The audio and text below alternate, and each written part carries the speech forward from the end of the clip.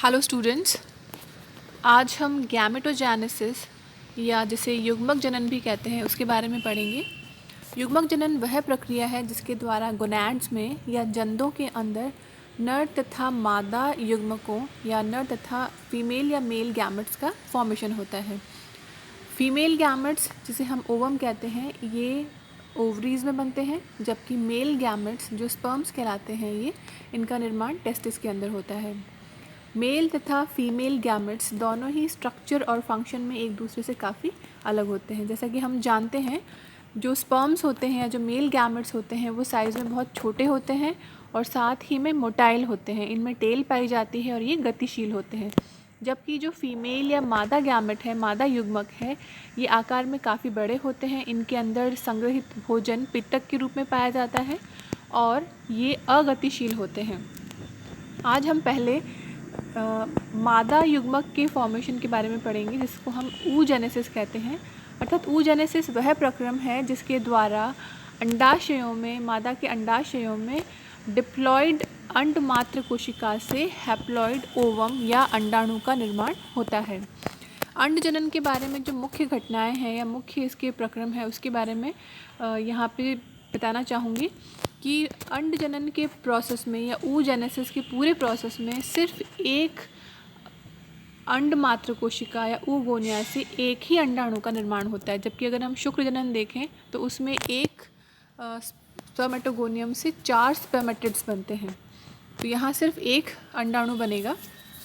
इसके अलावा इस पूरे प्रक्रम को, अंड जनन के पूरे प्रक्रम को हम 3 अलग अलग स्टेजेस या फेजेस में डिवाइड कर सकते हैं।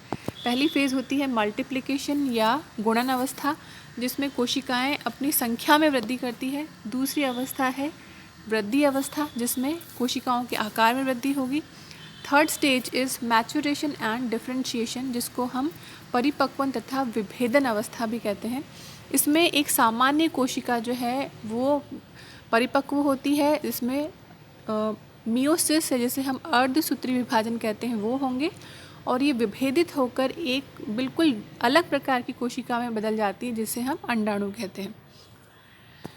अंड जनन की जो प्रक्रिया है यह मादा भ्रूण अवस्था में ही प्रारंभ हो जाती है और उस समय लगभग 7 मिलियन प्राथमिक oocytes उसमें बनते हैं।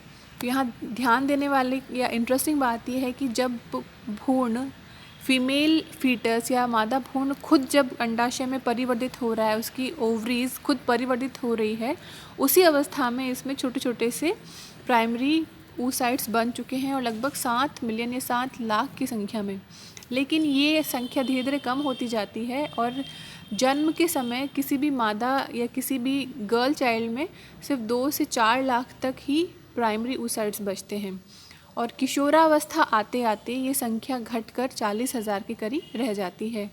और अगर हम आगे की अवस्थाओं की बात करें या आगे की एज की बात करें तो जो रिप्रोडक्टिव एज होती है किसी भी फीमेल में 11 से 50 साल की जो स्टेज है, इसका जो बीच का ड्यूरेशन है, इसको हम बोलते हैं रिप्रोडक्टिव स्टेज, जिसमें मादा में या फीमेल में हर महीने एक एक अंडाणु परिपक्व होता है।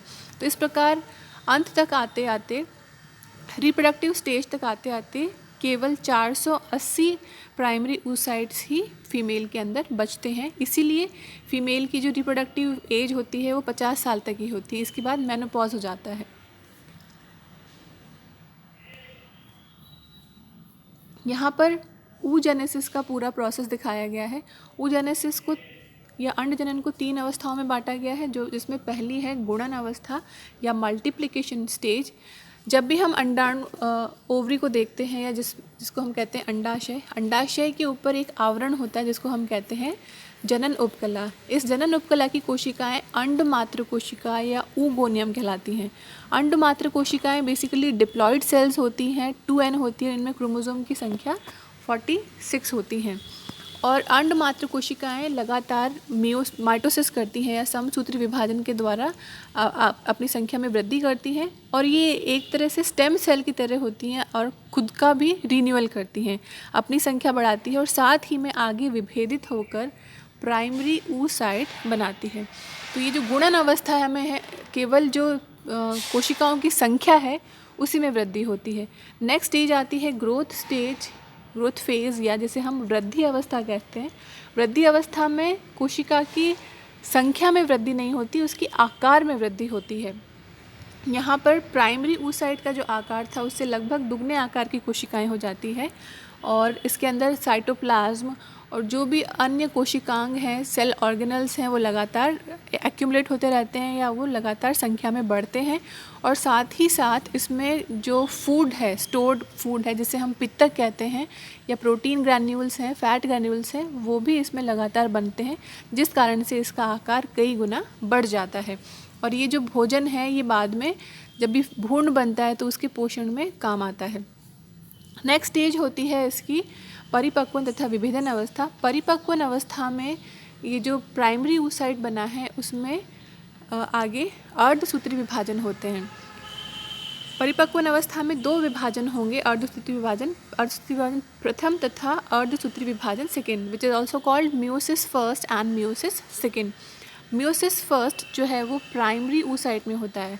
तो अभी तक जो प्राथमिक oocyte था वो डिप्लॉयड था, उसमें 46 क्रोमोसोम पाए जाते थे, लेकिन अब इसमें म्यूसिस होगा या अर्धसूत्री विभाजन होगा, और इसके परिणाम स्वरूप जो सेकेंडरी oocyte बनेगा उसमें क्रोमोसोम की संख्या सिर्फ 23 रह जाती है या n रह जाती है।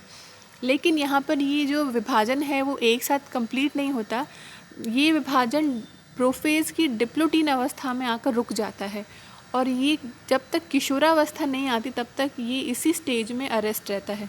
किशोरावस्था में, या हम कह सकते हैं कि जब भी मेंसेस होता है, मेंस्ट्रुएशन पीरियड आते हैं पर मंथ, उसमें एक एक जो सेकेंडरी oocyte है वो अपना डिवीज़न कंप्लीट करता है, प्राइमरी oocyte जो है अपना डिवीज़न कंप्लीट करता है और सेकेंडरी oocyte में चेंज हो जाता है।